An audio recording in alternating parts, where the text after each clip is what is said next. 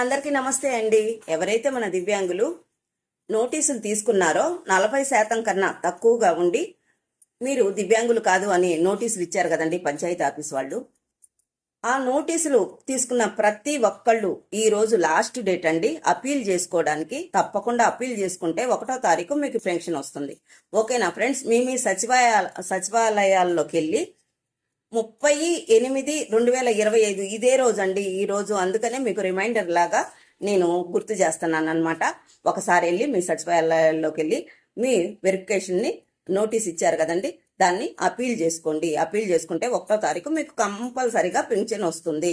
మీరు ఈ పని చేసినట్లయితే, ఈ పని చేయకపోతే, అపీల్ చేసుకోకపోతే పెన్షన్ రాదండి. ఎందుకు పోగొట్టుకుంటారు కదా? ఎంచక్క మీరు వెళ్ళి మీ నోటీస్ తీసుకెళ్ళి అపీల్ చేసుకోండి. ఓకేనా ఫ్రెండ్స్? మరి ఈ వీడియో నచ్చిందా? నచ్చితే లైక్ చేయండి, షేర్ చేయండి, సబ్స్క్రైబ్ చేసుకోండి మన ఛానల్ని.